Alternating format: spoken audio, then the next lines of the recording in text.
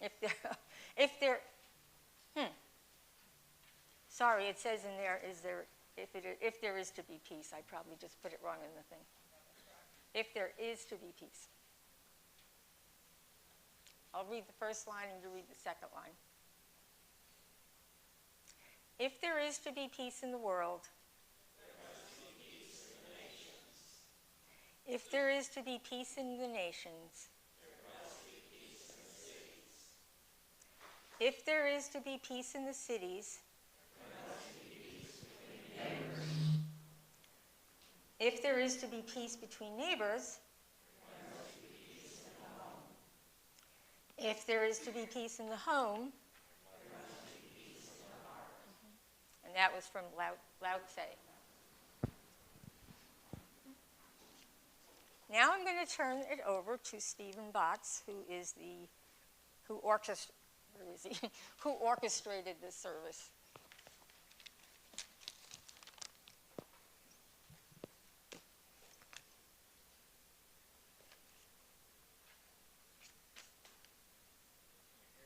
It's not on.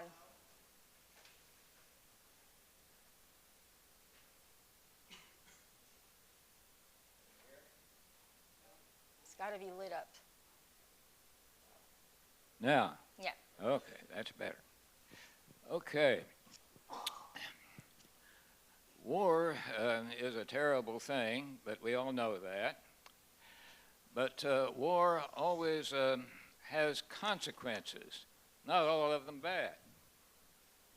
Even the bloodiest, nastiest wars, like the Crusades, had the effect of bringing the East and the West together as far as commerce and art and literature are concerned. There's a sharing. And World War II, for all its bloodshed and gore, well, it brought up women's place in the world when it was found that they could work at jobs that men had formerly held and were thought to be too difficult or too intricate for women to handle. And the women of America proved differently.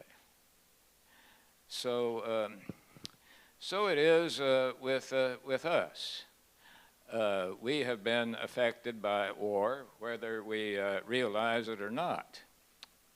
I have been affected rather profoundly by war. I'll get into that later. But right now, I have asked 3 people of our congregation to come up and share something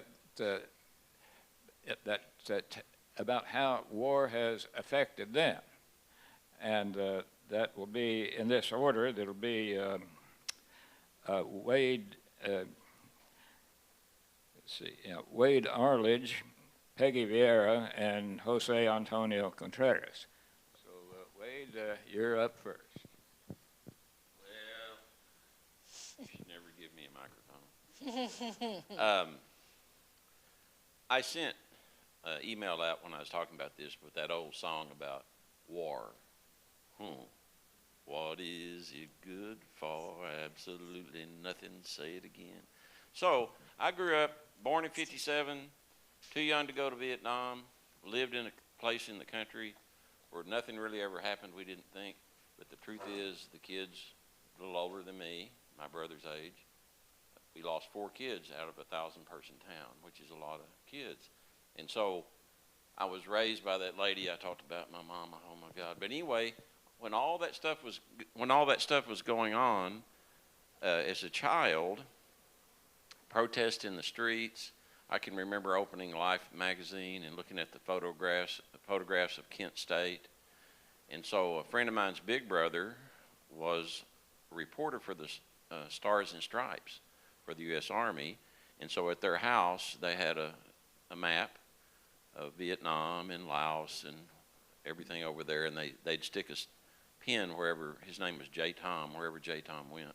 So can you stick my shirt up? So this is a T-shirt that I actually had. I don't know. I think I bought it at Six Flags.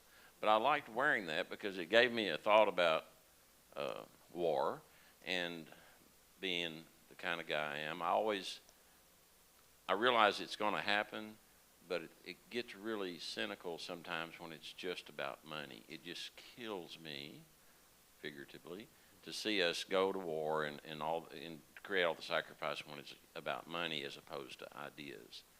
And so one of the ideas of war is to try to, at least the American version of it, is to try to make the world a better place, you know, the freedom for everyone. And you'll notice that our country doesn't, well, since about the 1800s, doesn't take over anything anymore. It's not wars of conquest, it's wars of ideas, which is a good reason for a war to be fought. If you've got some bad stuff going on, somebody's got to step up and toe the line. And so that's what the kids do, you know. I think that if they put people my age as soldiers, there wouldn't be near as much war, because they'd say, attack that hill, and I'd say, no. But, you know, an 18-year-old will go to war, and that's just the way that it is, and that's a greatest sacrifice. And so I think about these guys all the time, because we've been in a constant state of war. Most of my life, I am of the generation that did not have to register for the draft at the end of Vietnam. And there was about a 4 or 5 year period, and then they started it back up, and so it still goes on today. So it's just part of our lives that we live in. Maybe it'll all be fought by machines before too long. That's some of the stuff I read about. It won't be so hard on the kids, you know. But anyway, that's what I say. So war is not healthy for children and other living things, and it's very true. Thank you. Peggy. Oh, there. I can't see you. Well, when Stephen talked to me about this, he said, how did it personally affect you? And so Wade is a few years younger than me, I'm sorry to say. But but he stole the title. I was going to use that same thing. War's, what is it good for? Absolutely nothing. So the Korean War ended when I was 1. So I'm a child of the Cold War era under Eisenhower. And I also grew up in the middle of Tornado Alley. So as a young child, my mother would take me with her to calm down a neighbor that was freaking out when the tornado warnings were going off. And I think I learned to be terrified of those sirens, and then that generalized over to being scared when they had to do those drills in school, the duck and cover drills. If the atom bomb's going to drop, we'd have that same kind of air raid warnings. And so sometimes I still kind of panic when I hear those. It's like, oh my God, this is it, this is the end.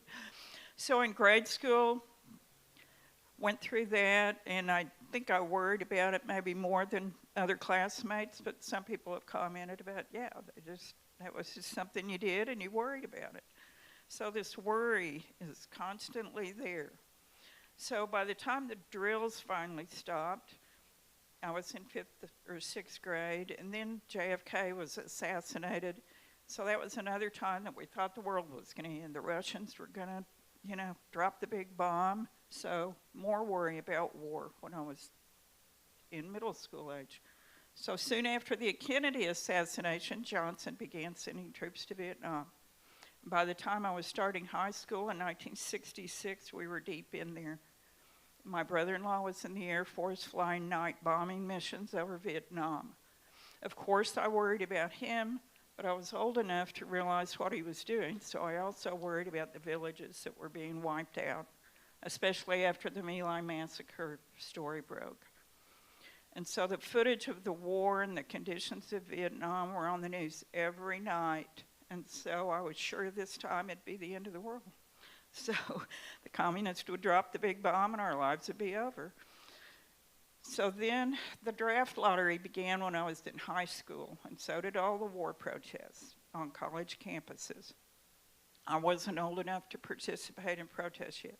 I like to think I've made up for it since, but I did feel the turmoil that was prevalent in the country. Draft cards were burning, bras were burning, the civil rights movement was going on. Those were my late teens, early 20s years. So Martin Luther King Jr. was assassinated, and Bobby Kennedy were assassinated when I was a junior in high school. So there was more worry and grief about the state of the world. And still the Vietnam War went on. classmates were now being drafted and a few enlisted. We lost one enlistee a bit older than me. Within weeks of him being there, we got news that he'd been killed. I graduated from high school in 1970 and attended a commuter college where young men were returning from Vietnam and going to school on the GI Bill. If there was a thunderstorm, which happened in Oklahoma City a lot, it wasn't uncommon to see guys dive down onto the ground if the clap of thunder hit. That was just its response from being in the war. And we didn't have the term PTSD yet. So I'm afraid we were kind of insensitive to it, kind of joked about it. But they had just returned and their stories were horrific. One friend had survivor guilt because he'd been too high on marijuana to do his night duty. A buddy took the shift for him and was ambushed and killed. And another talked about being on patrol and suddenly the guy next to him's face was just gone and he dropped dead right next to him. So I tried to imagine what that was like. These were kids my age, my friends. It was horrible to think about because this wasn't the type of, this was guerrilla warfare. This wasn't the old-fashioned kind of war, everybody going up the hill together. This was picking people off one at a time. It was awful to hear about.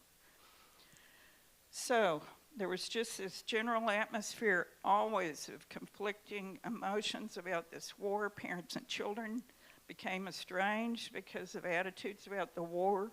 Kids went to Canada. Some went to fight. So it was very divisive. So I think for about a decade, things calmed down a little bit, and then the problems in the Middle East started. So it feels like war has just been a constant in my life, and I'm pretty tired of it. I decided I'm very much against war.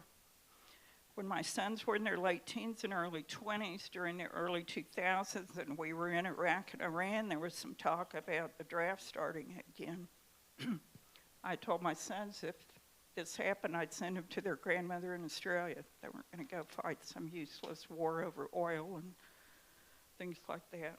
So thankfully that never came about, but parts of the world that you know are at war again. It never seems to stop. So I hadn't considered how much it had been a constant in my life till Steve asked me to talk today. So I am a child of war. Not the big worldwide ones, but the more remote, sometimes seemingly senseless ones that have been going on always, and I've developed kind of a cynicism as nothing seems to change. All our protests and prayers haven't had much impact, so I wish moms could rule the world. Because if they did, I'm sure there'd be no more wars. No mother's going to send her son or her daughter off to fight and maybe never come back.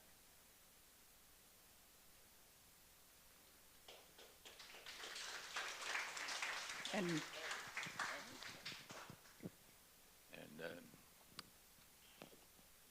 next is Jose. That's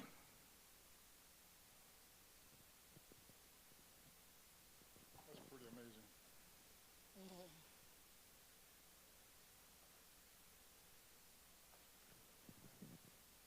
Good morning, everyone. I guess the first thing I will share with you is that I am a celebration of war, or at least war's ending, because I've calculated the 8 months, 2 weeks, and 1 day between victory in Europe and my birth. I'm on the bleeding edge of all these baby boomers.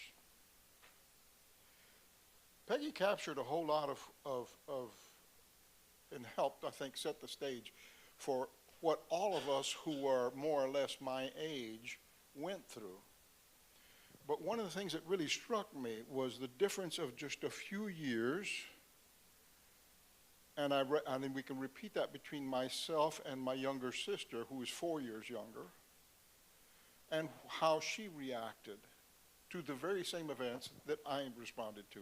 And one of the things that thinking about was that how I was impacted, how I was affected directly and indirectly by the war in Vietnam has as much to do with my attitude toward it toward war at the time.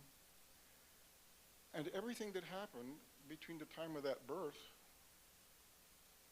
and when I started to realize what was going on.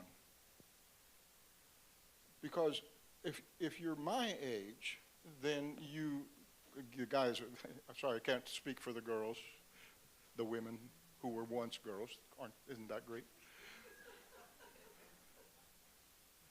We played cowboys and Indians. We played war, big time. I dug a foxhole in the alley behind my house and then got yelled at by the neighbor who lived back there because he almost backed over the metal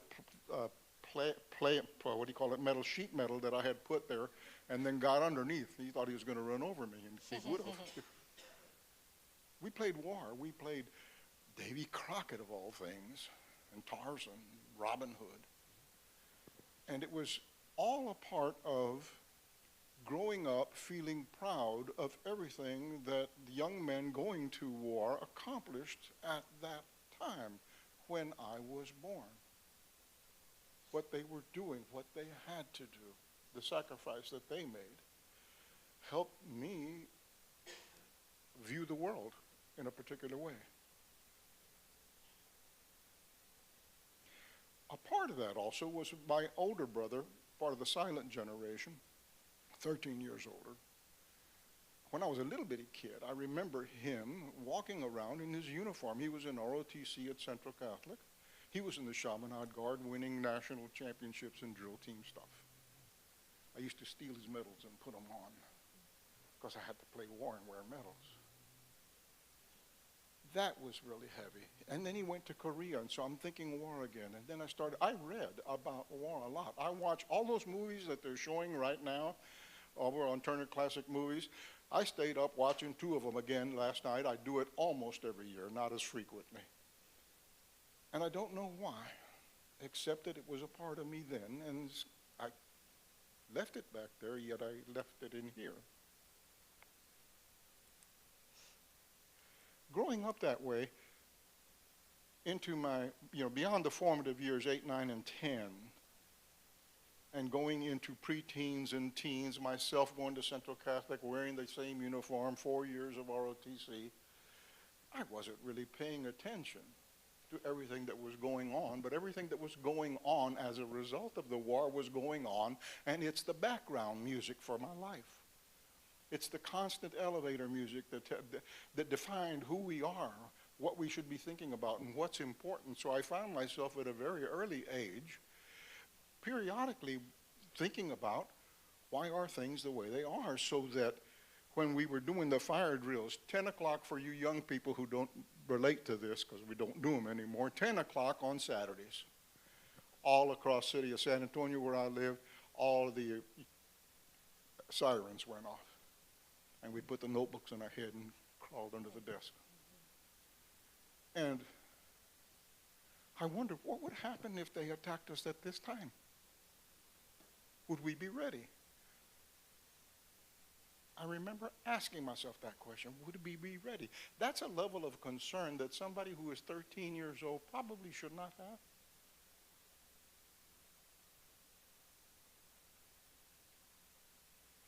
Getting through high school was an amazing accomplishment. I did not know, frankly did not know. In Catholic high school, we do a baccalaureate, a breakfast ceremony before you actually do the graduation thing for parents. And I literally have to ask my homeroom teacher whether or not I was going to graduate. That's how bad a student I was. Lazy. Problem was, I knew that I was smarter than most of the kids in the class, and that worked for only about 7 years. And then I started losing ground.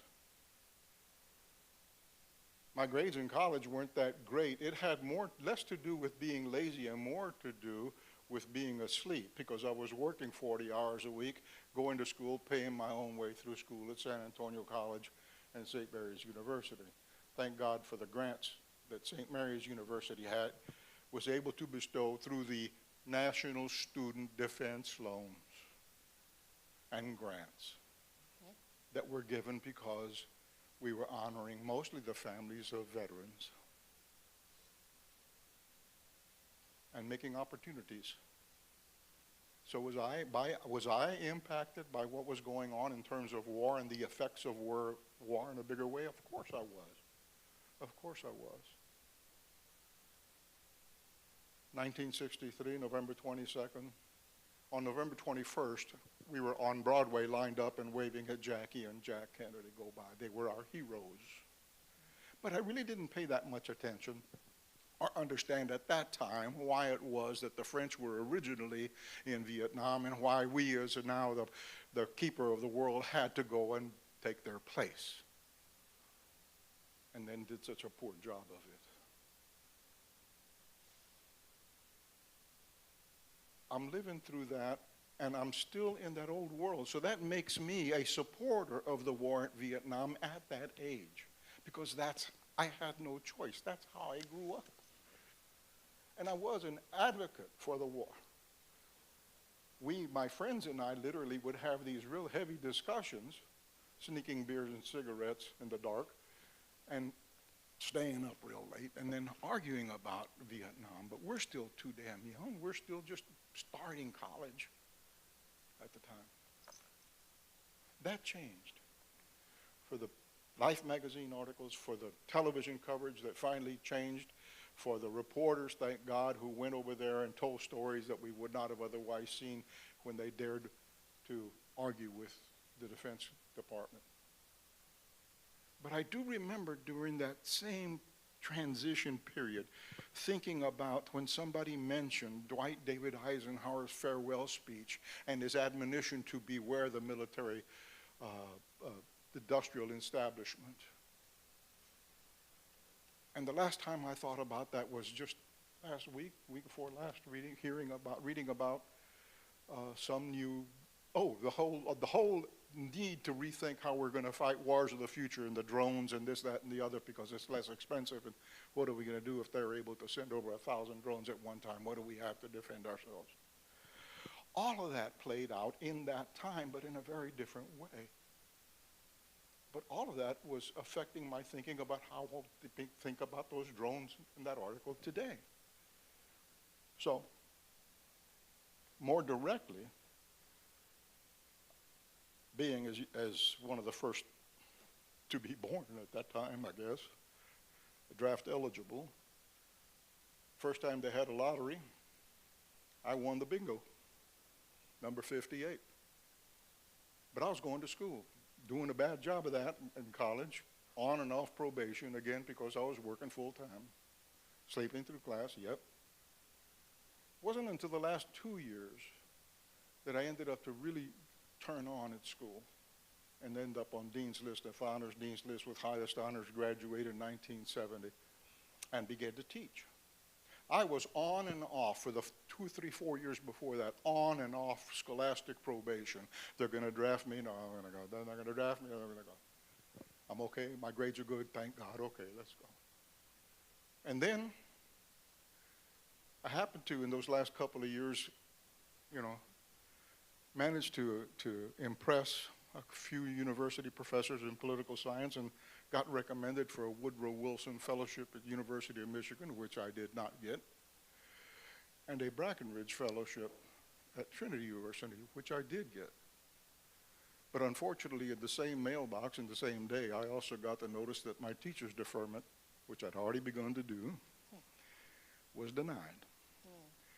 3 days later, after scurrying about trying to enlist at every National Guard unit that was full in the state of Texas, the ready reserves, everything was tied up. My cousin, the guy that became city manager of San Antonio, was my playmate during the times that we played war. He tells me, hey, he's at Trinity, and he's in ROTC. He's a muckety-muck in ROTC, knows the colonel. He says, come on, we'll go talk to the colonel. We go talk to the colonel. He talks to the chairman of the Urban Studies Department where I got my fellowship, and suddenly, 3 days later, I'm fighting the Battle of Fort Knox in a 2-year ROTC program to make me an officer to go fight in Vietnam. 8 weeks of training, at the end of which I am the outstanding cadet in the whole battalion, the whole training battalion. I am number 1, selected by the training staff. I go back to Trinity. I am number one at the end of the first school year, being a Trinity and urban studies kind of a hybrid. I have my choice. I know I'm going to have my choice at that time of a non-combat assignment to the Medical Service Corps. I don't have to worry about actually getting up there and leading men, and that's a good thing because during that first 8 weeks, I actually lost my company on a night exercise. That's a lot of people to be losing in the middle of the night. I go back to the second summer camp. I take the same physical I was given before. The colonel who is doing the interview asks me the same questions. I answered them the same way, and the colonel says, tell me more about that acid stomach thing you got. He sends me off for x-rays. I know they won't be ready for a couple of weeks. I happen to get sick, coughing like crazy. And I decided to check out. I asked the young doctor that was taking care of me at the time, said, hey, whatever happened to the x-rays? What was the result? And the guy looks up, he says, let me look at your records. He looks at the records. Oh, yes, I see how you have a 4 millimeter duodenal ulcer. And so you're guaranteed non-combat also. Oh, you signed the waiver. I said, what's that? You signed a waiver. You said you would be willing to stay. I'm sick as hell. All I want to do is go home.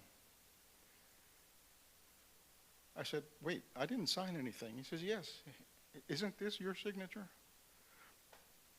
Oh, sir, this is my signature. I ended up coming home, and life took a completely different turn for me. That's my joy with Vietnam. Thank you, Jose.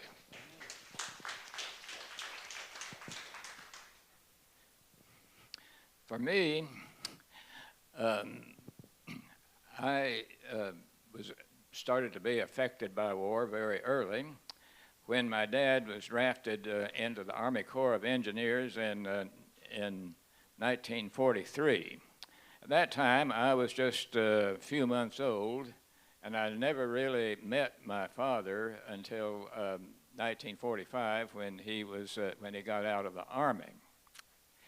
Now, during this time, I stayed with my mother and her parents on the family farm, and I loved it there. There were cats and dogs to play with, and there were chickens to chase around, and there were cows and pigs and everything, and all the sights and smells of a farm. And every morning, it was busy time. There were the radio was on, and my grandmother was fixing breakfast or cleaning up after breakfast, and my aunts and uncles were in and out, and I was the only little kid around, and everybody loved me, and I was so happy. And but there was something that would end all this chatter, and that was bong, bong, bong, Big Ben in London, followed by the voice of Edward R. Murrow saying, "This is London." And everybody was quiet because that's where my dad was, in London. And the Luftwaffe was bombing London. So this is where we got our news. We didn't really get it from my dad, although he sent letters all the time, just about every day. But it was all stuff about where he was working, and what he had for lunch, and what the weather was like, and nothing. It was so boring. I didn't really understand why until much later when he was released. And then he could tell us the whole story of what had happened with him in the Army. And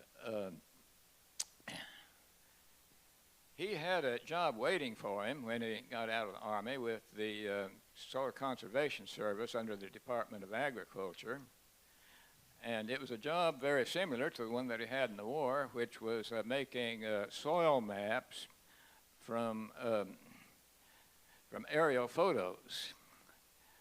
And he had been making war maps from aerial photos when he was in the Army. So he was well prepared for that. But there was, now what happened, he got a telegram from the Department of Agriculture that told him that he needed to report to Huntsville, Texas to begin work there. So it was a long way off, but well, that was where it was supposed to be. So with family, he and I and my mother, we moved to Huntsville, Texas. And he rented a house and waiting for a paycheck to come in, but it never came. Everybody else at that office got their paycheck, but not my dad. So what was wrong? Well, it was discovered that the Western Union had made a mistake. There are two men who were being hired for that job.